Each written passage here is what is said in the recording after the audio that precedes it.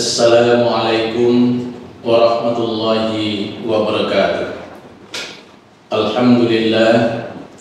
Alhamdulillahilladzi nahmaduhu wa nasta'inuhu wa nastaghfiruh wa na'udzu billahi min shururi anfusina wa min sayyiati a'malina. May yahdihillahu fala mudilla lahu wa may yudlilhu fala hadiya lahu. Asyhadu an la ilaha illallah wahdahu la syarika lah wa asyhadu anna sayyidana wa nabiyyana Muhammadan abduhu wa rasuluh sallallahu alaihi wasallam alladzi la nabiyya ba'dah. Amma ba'd. Qala Allah ta'ala fil Qur'anil Karim, a'udzu billahi minasy syaithanir rajim. Bismillahirrahmanirrahim. La in syakartum la azidannakum wala in kafartum inna adzabi lasyadid. Shadaqallahul azim. Para pemirsa di mana saja kalian berada, pertama sekali marilah kita mengucapkan puji dan syukur kehadirat Allah Subhanahu wa taala yang senantiasa melimpahkan rahmat dan karunia-Nya kepada kita bersama, sehingga pada hari ini kita sempat bertemu di udara. Salawat dan salam kita sampaikan kepada baginda Muhammad Rasulullah sallallahu alaihi wasallam yang telah meninggalkan dua pedoman hidup bagi kita, yakni kitabullah dan sunnah Rasul. Para pemirsa di mana saja berada, pada kesempatan ini kita angkatkan judul pertemuan kita, menemukan potensi diri di dalam Ramadan. Kalau kita berbicara tentang masalah potensi, yaitu kemampuan dan kekuatan yang dimiliki oleh individu, baik itu fisik maupun mental, mempunyai kemungkinan untuk dikembangkan bila dilatih. Di awal tadi kita sudah berbicara dan sudah kita kemukakan sepotong ayat. La in syakartum la azidannakum wa la in kafartum inna adzabi lasyadid. Barang siapa, kata Allah, bersyukur dengan nikmat yang telah diberikan kepada dirinya, niscaya Allah akan menambah. Namun apabila di antara kita ada yang tidak mensyukuri dengan nikmat yang telah diberikan kepada dirinya, inna adzabi lasyadid, kata Allah, sesungguhnya azab Allah itu sangat pedih. Potensi diri bagi kita sebagai manusia merupakan adalah nikmat yang telah diberikan Allah kepada kita. Dengan kemampuan-kemampuan yang kita miliki, semuanya itu datang dari Allah. Oleh karena itu kita perlu bersyukur dengan apa yang telah diberikan Allah kepada kita. Oleh karena itu ada beberapa hal yang perlu kita tanamkan dalam diri kita. Yang pertama, tentukan tujuan yang ingin dicapai. Jadi dalam hidup ini kita harus menentukan apa yang harus kita capai di dalam hidup ini.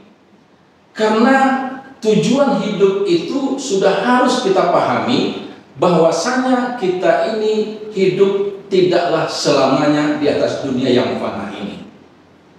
Hidup di dunia yang fana ini seperti orang yang lewat di jalan, seperti orang yang merantau, seperti orang yang bepergian ke salah satu tempat, sehingga suatu ketika nanti kita akan kembali ke tempat asal kita.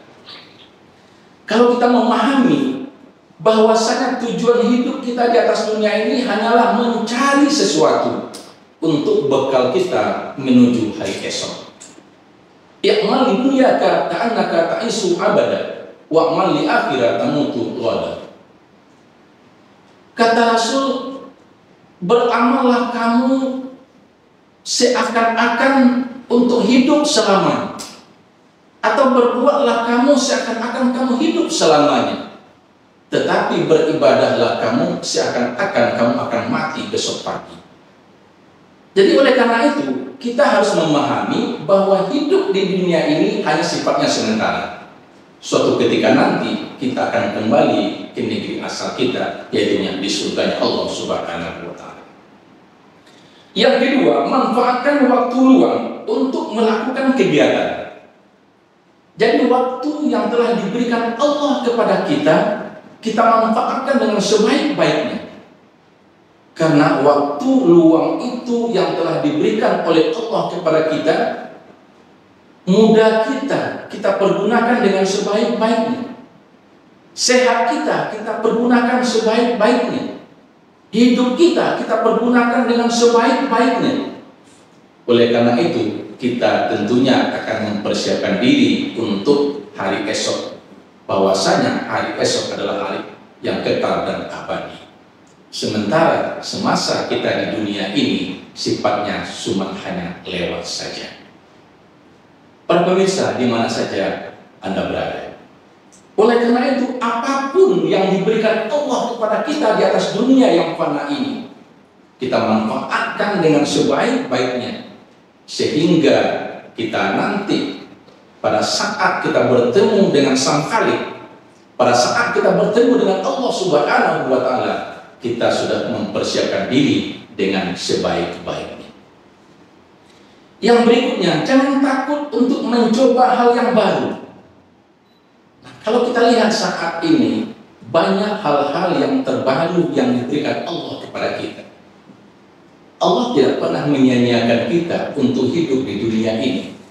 Makanya di dalam doa kita itu, kita selalu meminta kepada Allah, Rabbana atina fid dunya hasanah wa fil akhirati hasanah wa qina adzabannar.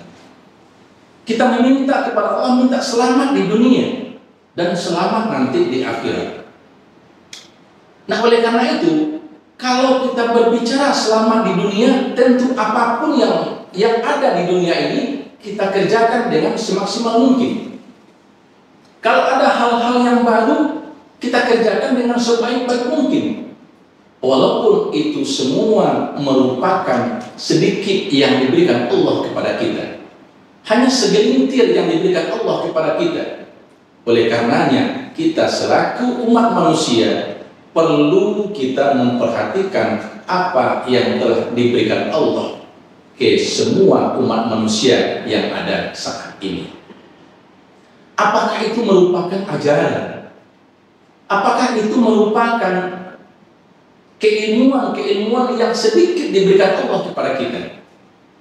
Namun keilmuan itu kita pergunakan dengan sebaik-baiknya untuk menyongsong hari esok. Sebagai contoh, kita sebagai umat manusia hanya sedikit diberikan ilmu oleh Allah kepada kita. Bagaimana ilmu itu kita pergunakan untuk bagaimana mempersiapkan diri agar ke depannya kita nanti apabila telah berpulang ke rahmatullah tentunya akan lebih baik. Pada saat kita dalam sakratul maut, orang-orang yang terdekat dengan kita, orang-orang yang sangat mencintai kita, selalu membisikkan kalimat La ilaha illallah. Karena dalam sebuah hadis dijelaskan, apabila seseorang dalam sakratul maut mengucapkan kalimat La ilaha illallah, itu sudah ditunggu oleh surga. Nah, apakah kalimat La ilaha illallah itu merupakan kalimat yang baru? Tidak. Kalimat La ilaha illallah itu merupakan kalimat yang sudah ada dari dulu. Namun belakangan ini kebanyakan di antara umat muslim sudah lupa mengucapkan kalimat La ilaha illallah.